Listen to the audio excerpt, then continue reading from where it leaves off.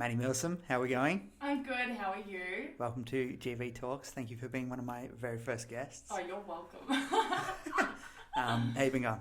I'm good. I'm just doing lockdown things. It's exciting. I'm just home with two kids all day, every day. How have you found the second lockdown compared to the first? Easier. Much easier, isn't it? It's like you learnt Significantly. lessons that you didn't even know until you experienced it the second time. Yeah, the first was, oh my god, we've never done this before. Holy shit, I've drank too much wine. Second lockdown, I'm like, okay, everything is fine. It'll be fine. It's like, it's just 6 weeks. This is going to be okay. Only 2 weeks left till we're back in the gym, thank God. And it's gone fast, so it actually has flown for me. Did you work out the whole... The first time I was like pretty consistent, but like also a lot more walking instead of actual working out. This time I've worked out almost every single day since, and I don't even, like you say 2 weeks left, I don't even know how long it's been because it's been that much easier. I'm not like week 1 down, week 2. I'm like, oh yeah. You had a pretty good run into the second lockdown with dry July. Yes. I'm like, dry July ended, when was the first lockdown? It was after the first lockdown. Oh, yeah. Yep. So, like, the first lockdown, it was like, oh, hang on a minute, why did I choose to do this right now? And then it was like, on the last day, it was like, yes! Finally having a drink. So bad. No, you got to enjoy yourself sometimes. We both had a lot of momentum heading into this lockdown. We were killing it. I'm still doing good. I'm still doing good. I actually like weighed myself for the first time 3 days ago. Yeah. I'm the lowest I've been this cut. So What did you weigh? 7. Oh my god, why don't I know the weights? Okay, 81.6. There we go. Yeah. Your abs start coming in at about 80, don't they? Yeah. Yeah, that's not what far I'm away. aiming for. I'm like, please. Yeah. I've still got that image of that time when you trained together and you were doing hanging leg raises, and I was just like, Where'd they come from? what? Yeah, I'm like, I've never even seen them before until then either. So I was just like, look, just keep looking at that photo. It's really not that far from now. Keep going. So people in Shepparton know you as the fitness mum. Well, that's definitely how I know you, and that's how I imagine a lot of people see you locally. But obviously, you had a journey before you became that person.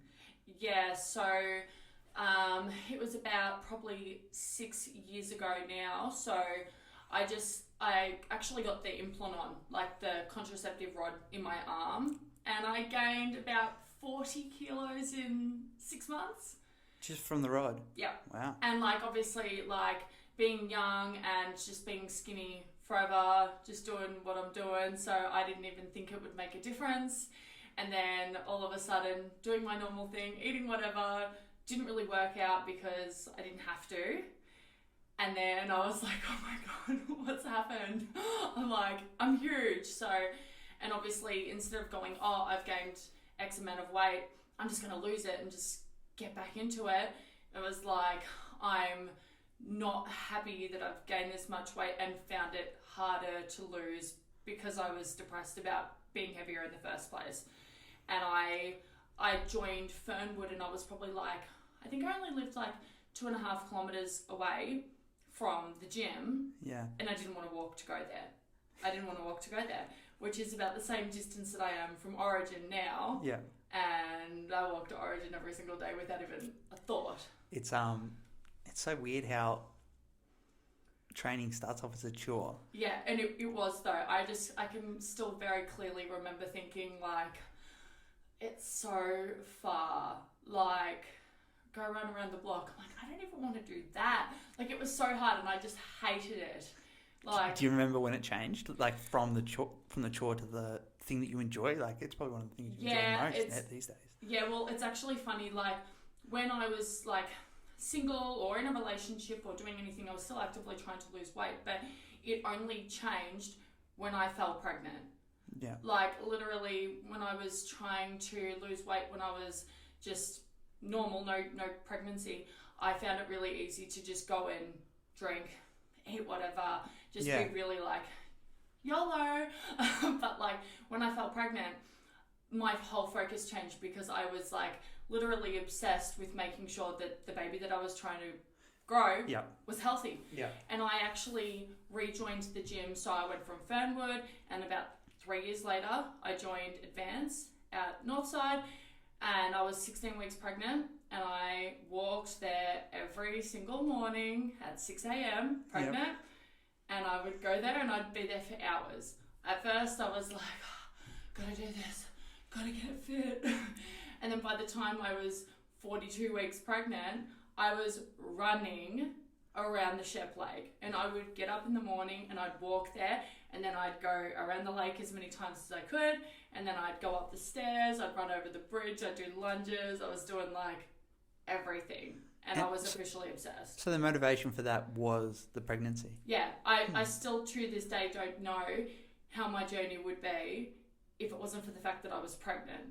Yeah. So like when I was not pregnant, it was just like so easy to just go out and do all the, you drink and then you get Macca's at 2 a.m. and all that. I'm like, obviously, when I was pregnant, I was like, go to bed early, get up, have a smoothie. I was just being great. But like, and obviously I had treats, but like, I was counting calories the whole time I was pregnant as well. Yeah. So like, even when I went and had something like, fish and chips, I was well into.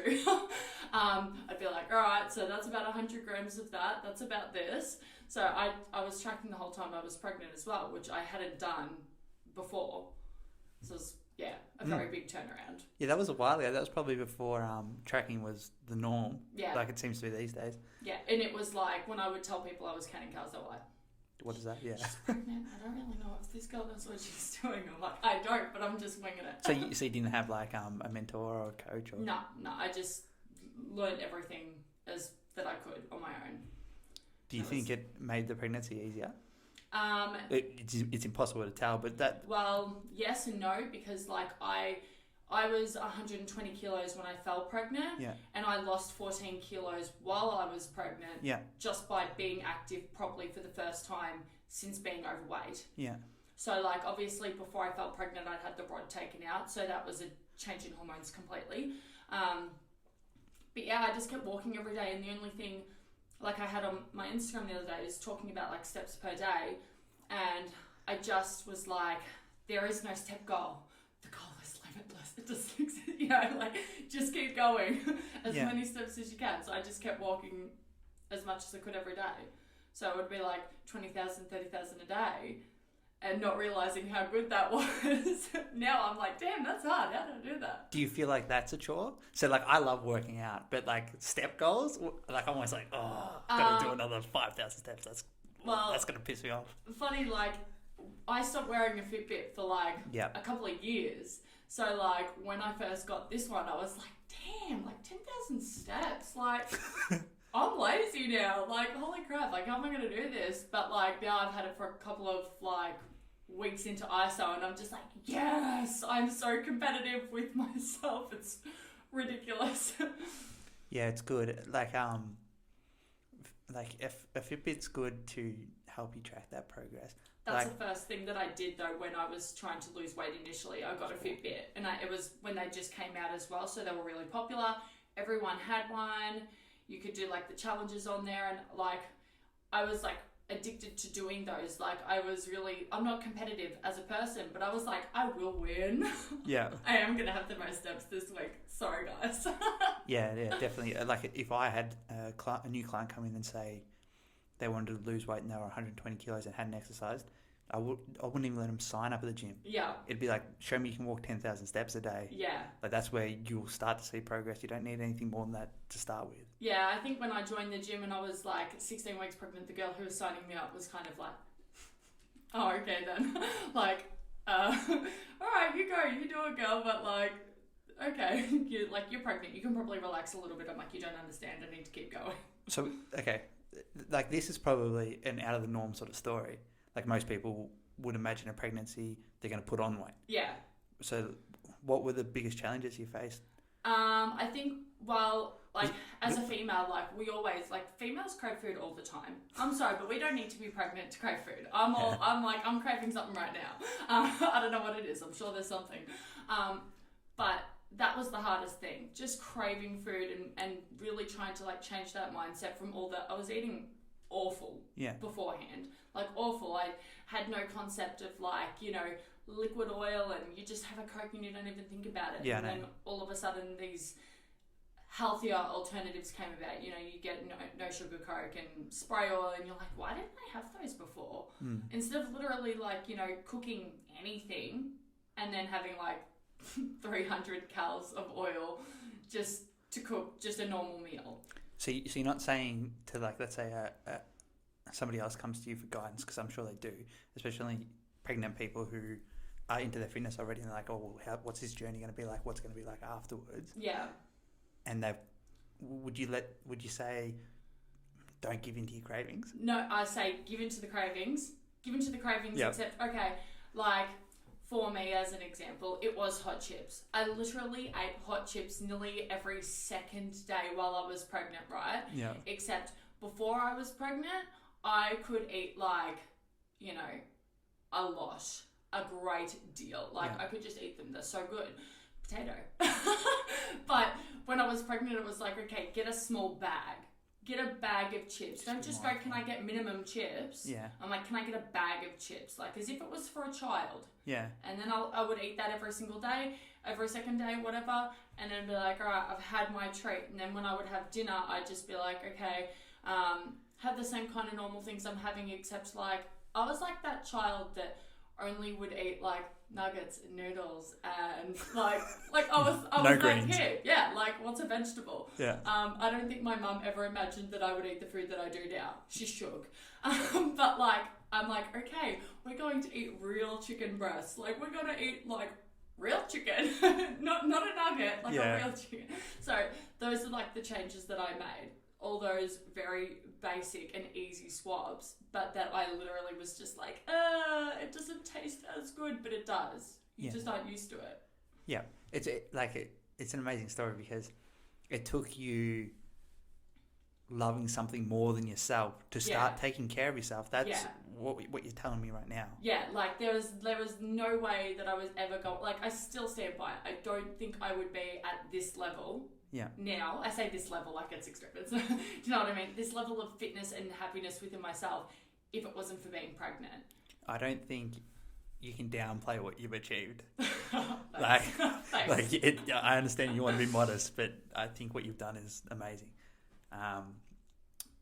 So now you've got 2 kids. Yes. So, but even still, from first baby to second baby was really different as well, because like when I first started working out with Tristan and I had no idea, I was like, we're just going to go to the gym and get on the treadmill. I get on the treadmill, and then I get on the elliptical, and then I go back to the treadmill, back to the elliptical, and I just make up like an hour and a half of cardio. Yeah. Was there any movements in particular that you were super uncomfortable, or they didn't feel right having a baby inside you? Or? No, not really. Like I think the only thing that would have done that is if I blindly didn't know and tried to do like core workout, but I just did nothing that I didn't know how. I would do like bicep curls, do you know what I mean? Like all that basic stuff that everyone knows. I'd do like bicep curls and do shoulder press. And that was about it. That was as far as my knowledge of weights went. And then from having Tristan, so like obviously I was sick after I had him, but when I got better and I changed gyms, I was like, I need to find something that's a little bit more of a better fit for me. So I went to Aquamoves and I really liked it there. It was only the fact that it had like the most stupid trading hours and I couldn't go there when I wanted to. Yeah. Which, you know, I'm a mum, so like I want to go at night time. Yeah. Which is when I go to the gym now. So like during that time I was just trying to like learn how to actually lift weights. Yeah. So I got better at that, and by the time I fell pregnant with Hunter, I was pretty like knowledgeable. Not like super crazy or anything like that, but I knew enough that I was like, okay, we'll do a back day, an arm day, a leg day. Yeah. So I just continued that all the way while I was pregnant with him, just as normal, just modified weights. And I literally worked out to the day that my waters broke. Wow, that didn't happen at the gym, I hope. No, but like the day before I was sending my friend a Snapchat and I was like, oh my God, I'm so uncomfortable. My waters might break on this treadmill. Ha ha ha. Yeah. And then the next morning I was like, oh my God, I'm going into labor. Yeah. It's like, yes, that was something. You were really uncomfortable for a reason. Was it would have been close to, was it on time or? Yeah. Oh, okay. Well, no. So I went 2 weeks over with my first baby, and then by the time I had Hunter, I was early, and I was 39 weeks and 3 days. So yeah, I was expecting to go over again because that's what I thought. And then, yeah, I was just like, oh, I'm so uncomfortable, but like, still got a little bit left to go. And no, not at all. Yeah. So somebody who's pregnant, would you recommend them to do majority weights or majority cardio? And what sort of intensity were you working out with, and what would you recommend? Well, basically, like always, the rule of thumb is they say if you didn't do it before, don't start. Yeah. However, if you do choose to start slow and go intense, which is exactly what I did with Tristan, because like I said, not many people would recommend going to the gym at 16 weeks pregnant and joining up. Yeah. However, what I was doing was low intensity. When I did ask my doctor about it, she was like, you just need to keep track of your heart rate. Yeah. Which is like, I had a vague idea of that on my Fitbit. But like, if someone's pregnant and and they've never worked out before, walk as much as you can. It's the best thing that you can physically do.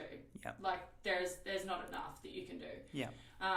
But if you are pregnant, have worked out before and want to keep going, do it. And do whatever feels comfortable. Because like what's comfortable to me, if I had another baby, if I was pregnant tomorrow, I'd probably still do the exact same training, except I would do a different weight. Yeah. I would do less. A lower intensity. Yeah. So like, you just do physically whatever is comfortable. Yep, 100%. I agree with that. So like, I've got a pregnant client at the moment, and the rules are, if you can't breathe, the baby can't breathe. So the intensity can't be that high that you're gasping for air. Yeah. And not only that though, because you do feel like you're just like, there's a baby under here. I'm like, my lungs are already squashed.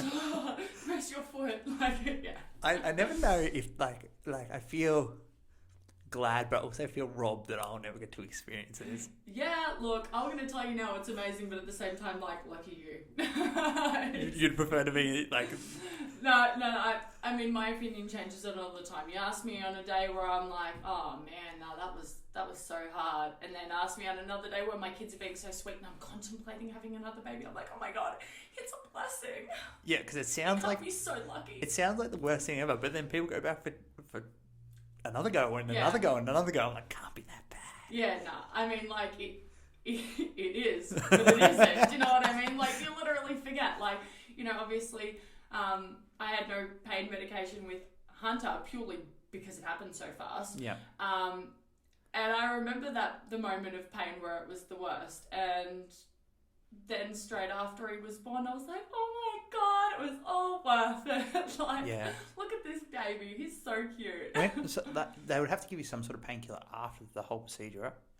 No, really. I mean, like... Are you still in pain at that point? Surely. Well, I think that just changes from person to person. Like, obviously, like, if you have an epidural, you're still numb there for, like, I don't even remember how long it takes for the epidural to wear off. But, like, with Tristan, I was sick after, so I would have, like, Panadol and all that sort of stuff. But I think it really just depends on your level. Like, when I had Hunter, I was fine. I didn't have anything. Yeah. Yeah, like, I was good.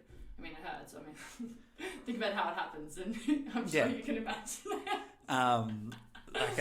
My business partner, best friend Josh, he had a kid 6 months ago, Willow, and she's gorgeous. But he tries to tell me about what happened in the room, and I'm like, don't do like, it, man. If I'm ever in the position where I'm having a kid, like, I'll be there and I'll be supportive. Yeah. But we're not ever going to talk about that. No, you don't. I mean, like, there's certain things where I'm just like, if that happens, Kane, say nothing. Yeah. Was he there? Yeah. Except, like, the first time I went into labour, I was like, oh my God, I'm clueless. I need my mother's support. I'm like, I need all the support I could possibly get. And I had Kane. Yeah. My mother, who... Well, an older version of me, so that was intense. And my mother-in-law. So I had like just a full world of love going on in that room. Yeah, like a cheer squad. Yeah, but I mean, it was also New Year's Eve. So like everybody's like, oh well, like what other party are we gonna go to? Like, what's gonna top this? Yeah, like pretty much. So like, but you put your mother in a room where their daughter's in labour and it's not going particularly well, and they're like, they're intense because they're just trying to look after their baby. Yeah. So like, it wasn't as like good intentions, but it was more intense for me because she was feeling that stress for me. Whereas like when I had Hunter, I literally like from the time I woke up and realised what was going on, it was 3 hours before I had him. Yeah. And it was so fast. Like I rang my mum and she was just like, "What do you mean you had the baby? Like I spoke to you like half an hour ago." Like, yeah. Okay. Yeah. Glad that you didn't have to go through that again. It's so hard with like I can only imagine like you've got someone you care about and they're in a bad way. But I remember I had a client who was a paramedic, and on one of his first shifts, he rocked up to a scene. Oh my God. And he said, "This looks bad," in front of the people who were injured. Oh. And like you can't say that. No. You cannot say that in front of people who are injured because it just instantly makes them feel worse. Like scared. your mum and mum-in-law when you seen them react like, "Oh, this isn't good." Yeah, I was like, you would right have been now like, I'm worried. Yeah, it's like, "You think this is bad?" My mum's like, "This is not okay." I'm like, "What's not okay? I've never done this before. I don't know." She's like, "This has gone on too long." I'm like, how long is this supposed to take? Like, I don't know, Mum. Just positive vibes only. So you've just had your second kid, and working out's something you enjoy. Love already. now. So like, it was by the time, and same thing obviously with Hunter, he got the same love as Tristan, really wanted to do well all the way through.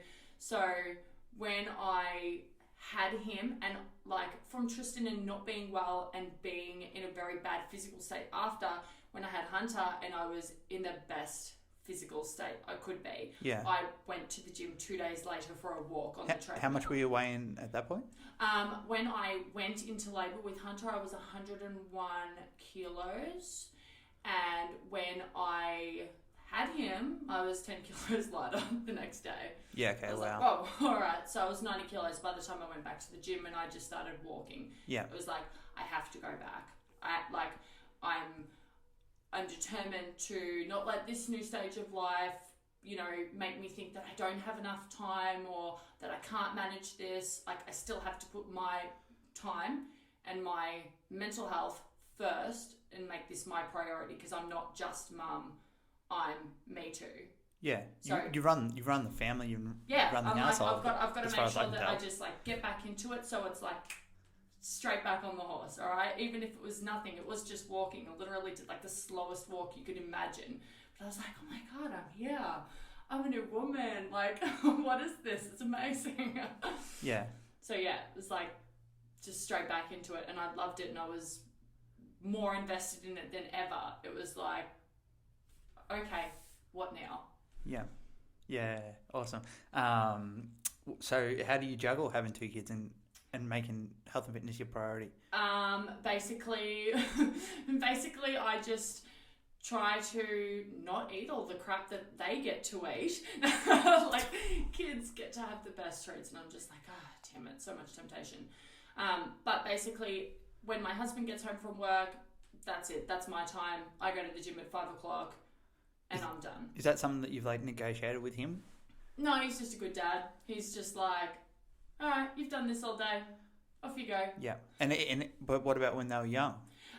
So when they were young, it was just it changes as they get older. Yeah. Do you know what I mean? Yeah. Just like ages and stages. Like now, when my husband gets home from work, it's like, I just got to cook them dinner, and they're running around doing their own thing. Whereas when they're babies, it's like, okay, Hunter needs a bottle at this time. Tristan needs his bum changed in an hour, and like you just got to do this, that.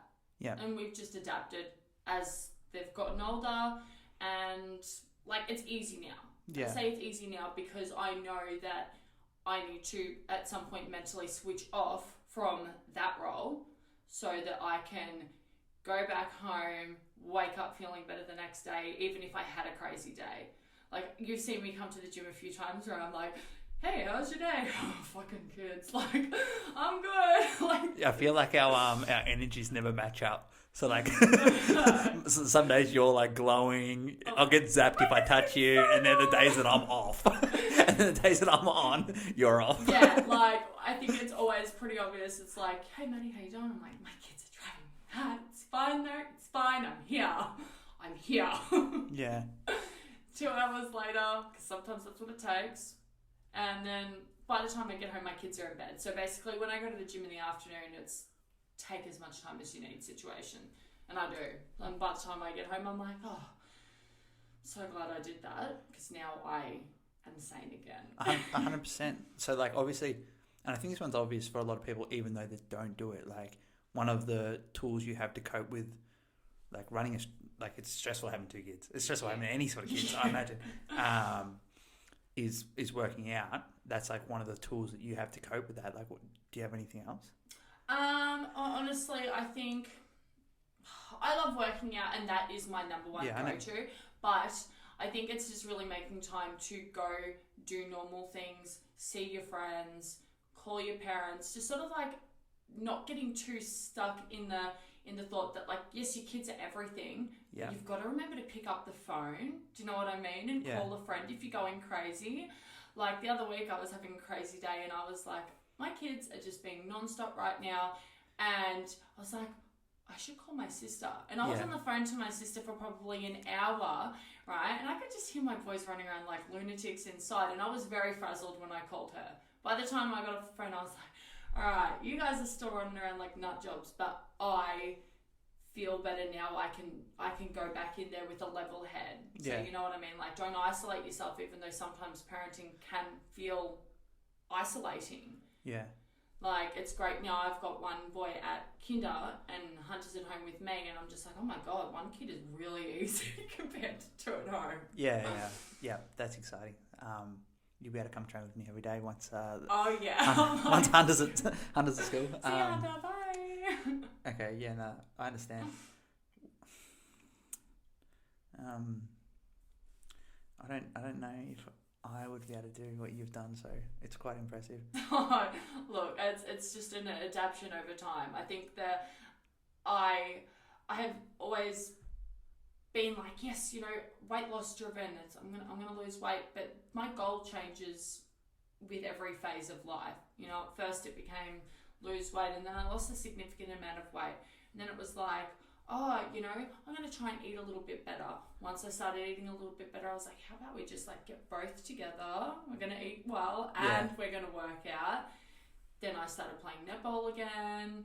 Then I would be like, okay, now that was really great. Now I'm like, oh, like, let's try and do a really, really awesome heavy deadlift. Do you know what I mean? Like, the goal's always changing, but it keeps it interesting. Yeah. Just always reinforcing that excitement for it. Yeah. Otherwise, it just gets stale. Do you find in any way that your kids give you energy? Oh, yeah. I mean, like, because not having children, it's, I mean, like, an afternoon nap. I mean, like, all of the things that you could do. Yeah. If you didn't have someone going, Mum, I need this, or can we do this? And the attention's always on them, so it's go, go, go. Yeah. Like, I wake up at 6 a.m. and, I mean, like, it just doesn't end. Yeah. But there'd be something that seeing your kids being playful would like reignite in you. Yeah, and like bring the child like back out of you. Jumping on the trampoline and like, you know, playing in leaves and stuff like that. Like literally just yesterday, like my boys were just jumping on the trampoline and were so happy, and I was just like, oh my God, Kane, we made them. Like, you know, they drive you crazy, but at the same time it's like, oh my God, like look at them just enjoying such a simple thing. Like, remember when we'd put the hose underneath, like, and nearly broke our necks? Like, wow, what a good time. Like, that's how they repay you for all the stress. Yeah, well, like that's that sense of wonder that you just described. Yeah, well, pretty much. Like, it's that's the reason why it makes it easier to go do it again, because all of those hard times, it's like, oh my God, how cute are they? Like literally every night before they, like when they're asleep, you're like, oh my God, even if you've had the worst day, it's the same thing every single night. Yeah, I don't tell anyone this, but I awed the other day when you pulled the blanket back Oh. at dinner time. Yeah, It's he just- looked pretty sweet. You know what the worst thing is though? Like, he did look super cute until like he woke up like 2 minutes later and was like, "Why did you wake me up?" I'm like, "It was for the gram. I'm so sorry." Damn it. He's like, "Don't do that again." I remember telling if your kids do anything like this. I only remember this through stories from my parents, but every time I'd get in trouble, I'd get sent to my room. I would dress up as Batman. And I'd come out and be like, "I didn't do that. That was Harley. I'm Batman." And like 50% of the time, I'd get away with it because my parents thought it was cute. That's pretty cute. I mean, like, my kids usually get away with it just by going, "I didn't do that. It was Hunter." And I'm like, "Mate, Hunter's asleep. I'm pretty sure he didn't do that." I'm just like, that was a very good try though, but yeah. Like, you're going to have to try better than that. But it usually makes me laugh. So I'm like, all right, fine. Do you reckon that you're over the hardest stage? Oh, look, that changes too. Because, I mean, when they're newborns, you think, "Oh my God, go to sleep. Like, this is so demanding," because you literally cannot do anything for yourself. I need to feed you and change your bum and, you know, everything. And then they get a little bit older and a little bit more independent and you think, "Oh my God, like, that's so great." Like, newborns were so hard, and then all of a sudden it changes. There's something else that's difficult about it. It just changes all the time. So, like, now I go, "Oh, it is easier," but I'm sure that when Tristan's actually out of kinder and in school, I'm going to be thinking that something's more challenging just about having children in school. And, so Tristan did this today. Like, "Oh my God, what did you do?" Like, Yeah, okay. What, like, how do you stop yourself from being the overprotective mother? when you find out, if someone lets you know, you can tell me, because I can't help it. No, I wasn't. Yeah, no. I mean, like, I try very hard. I'm very overprotective. I can't even help it. Like, the other day, a few months ago, when Tristan first started at kinder, he's like, "I don't want to go to kinder. Such and such was mean to me," and I was like, "It's fine, it's fine." And then I took him to kinder the next day, and I was just like, "Okay, he said that there was someone being mean to him." And I'm like, "Oh my God, listen to yourself." I was like, "Damn it, I'm being that mum who was mean to my kid." Like, Did you find out? Is he still alive? She was just like, "Oh, I don't know what this is about." I was like, "Well, I need to get to the bottom of this because, like, my kid goes here every other day. I need him to be happy." So, like, Yeah. So, yeah, I am very, very overprotective. Kane thinks I usually need to calm down a little bit. But Yeah. I can't help it. There's lessons to be learned in being picked on at the playground. Yeah. Well, I mean, I'm usually like, "It's Like, okay, Tristan, yeah. sometimes kids are mean," but then I'm all like, "Don't even think about it." Like, damn it, I need a fine line between the two. Yeah, I reckon it'd be. I understand how hard that would be. I thought it would have been easier after you had a second one. Yeah, no. No. Tristan went to the, like, one of those indoor trampoline places one day and, like, fell off. Like, you know, it's a trampoline place. You don't really think that there's going to be a surface that's going to particularly, like, hurt them too much. But I don't know if you remember me telling you about him knocking his front two I've seen the teeth video. into his gum. Yeah. So, like, here I was getting closer to not being an overprotective parent, and then he did that. Yeah. And, yeah, it's still there. So I'm just like, I don't ever want to go to those trampoline places again. What did they do to his teeth? He fell off and he literally just knocked these two front ones into here. Yeah, but what did they do to fix it? Well, they just come back out on their own. Yeah, so, like, he literally had to, like, teeth again, I guess. Well, I So, guess that's probably a cheap. Yeah. Like, that didn't cost you anything, did it? No, Teeth just are had to go expensive. there and have the x-ray and all that sort of thing, which they're both now, that was December. So now they've completely come back out. They look fine. They look exactly like they did before. One is slightly discoloured, which is normal apparently. And they'll just come out as they're supposed to. Yeah. Oh my God. Very stressful though. Very stressful. Yeah, wow. Especially when he's like, "Mum, remember that time when I was at that jumping place and I, like, hurt my teeth?" I'm like, "Yes, I do. Let's not talk about it." That reminds me, and it only reminds me because of the conversation we're having right now. When I was a kid, my mum was pushing me on a swing, and I was screaming, "Mum, you're pushing me too high, I'm gonna let go."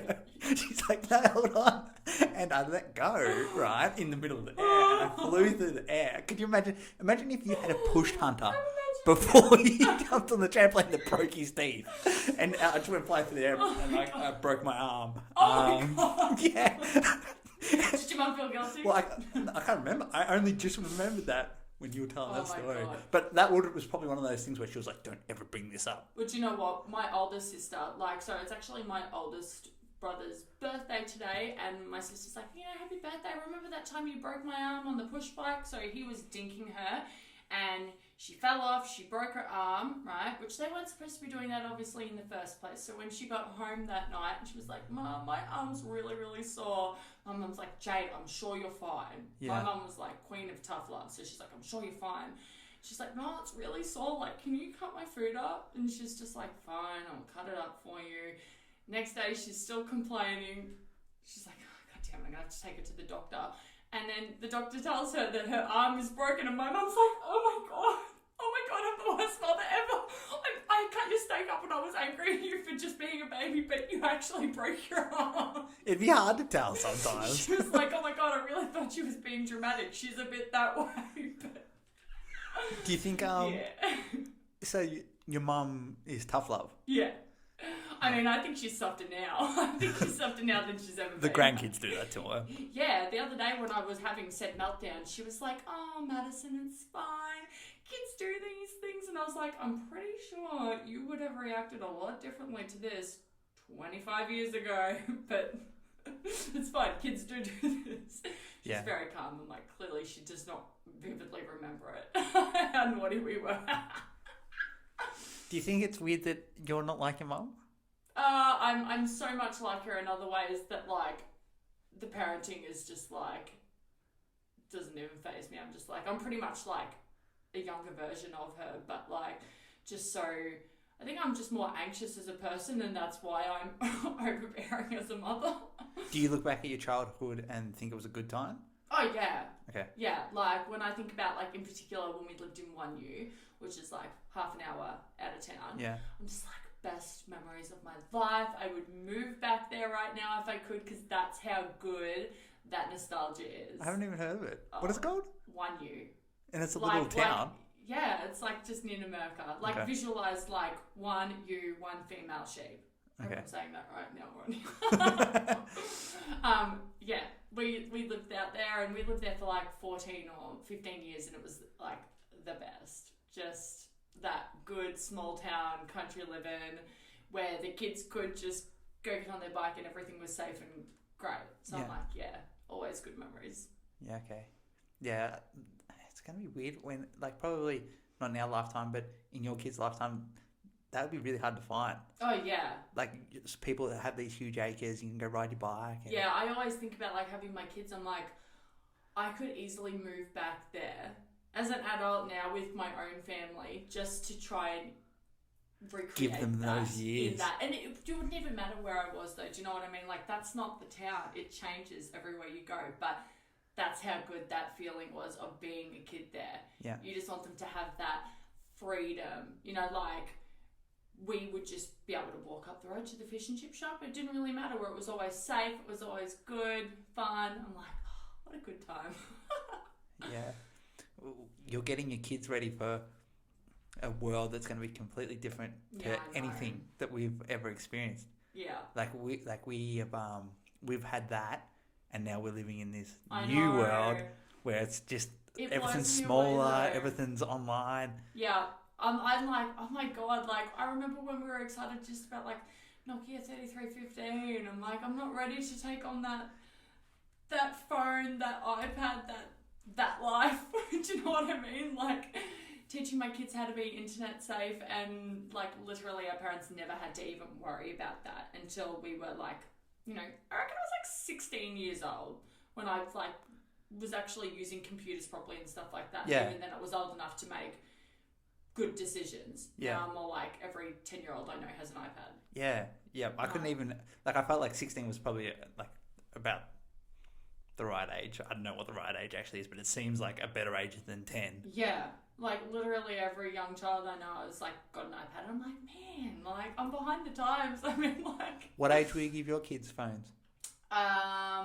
Probably high school, just purely for the, you know. They'll get picked on if they don't have them. Well, that's what I mean. They'll get picked on if they don't have them. And what if something happens and they can't contact me? Yeah. Do you know what I mean? Like, back then when we were in high school, it was like we had to go to the office and get them to call our parents. I'm like, that was a bit of a pain in the neck. I'm like, I want to be able to just have them just call me if they need to. Yeah. So, and because obviously like kids in like grade 5 and 6 have phones now, so it's just like, yeah, I don't want you to be the only child that doesn't have one, but at the same time, it scares me, and I'm so glad that my kids aren't that age yet. Yeah, I think that would be a tricky question to answer. I think, I reckon I'd almost want to put one of those, like, phantom apps in. Oh, I'm super vigilant. Like, Kane's younger sister, like, she's significantly younger than him, and she's in year 8. Yeah. And his mum's just not tech savvy, and all the time I'm just like, do you know about Snapchat? Do you understand how it works? Do you understand the settings and what you need to like, that's me to her. Yeah. She's like, oh my God, I didn't know that she could do that. I'm like, you need to change that setting. Out of all the apps, I reckon Snapchat is by far the worst. Yeah, I'm just like, please make sure that she doesn't have her location turned on. I need you to understand how this works. Anybody can find her. Yeah. Like, so please learn how to use this stuff. And is she? Oh, look, hopefully she has understood all the stuff that I've told her and has, like, done it, but, like... It's hard to tell. Who would know? Yeah. Like, I just probably sound like that annoying auntie where I'm just like, don't do that. You need to make sure that these settings are turned off. And they're like, oh, he's telling me what to do. I know what to do. Like, yeah. Be safe. Yeah, I know what to do. But have you ever used Snapchat? No, I haven't. She followed me on Instagram one day and I was just like, oh, even this feels a little bit too much. All right. So let's wrap this up. I do have 2 questions for you. Yes. I'll just ask them both now because you might answer them both together. Who locally inspires you? Who would you like to see on the show next? Who locally inspires me? Gosh, I feel like there's so many people out there who do. There's so many people in the community. It's actually a really hard question because there are so many people who I think, oh my God, like, you know, that's amazing, but I don't just think that about one person. Do you know what I mean? Yeah, like, it doesn't have to be somebody that other people know. Like, I meet these people in my job, and this is one of the reasons why I wanted to do this. And I just think they're a normal person, like you do when you meet somebody new. And then I get to know about them a little bit, and I'm just like, yeah, how? Like, who are you? Like, that is amazing. Who inspires me? Like, Harley, it sucks that you're asking me this. You've kind of inspired. Like, I'm always a little bit like, oh wow, what a cool guy. Damn it. Who else? Oh gosh, honestly, I don't know. Like, off the top of my head, I really actually don't know. Like, That's okay. Who should be on the show though? Oh God, this is hard as well. There's so many people who would be good. I've got a list of like 20 people. So I've got a list of 50 people, but I've got a specific list of 20 people. The first 20 people. So I don't want to give you any hints, but surely you can think of somebody. Okay, gosh, I reckon probably Victoria, or yeah, because all right, someone who inspires me. All right, we'll just put her in both categories here. Yep. Because I talk about being 28 years old, going through this big journey, trying to find a little bit of balance, and that girl's done a prep already. Well, a couple at the ripe age of 20, 21. 21. And I'm like, I had to get pregnant to stop drinking and do all these amazing things, and you're just doing it. So, like, in someone I know, yeah, I would put her there because I'm like, that's pretty impressive to be able to do that at such a young age when you're 20, there are a lot of other things going on in the world and very hard to go, all right, I'm just going to do this even though, like, literally every other one of my friends is probably doing this right now. Yeah. And this is so far off their field. Like, I hear you and I completely agree. I think it is very admirable. That especially at that age, like you just said, there's so many other things. Yeah.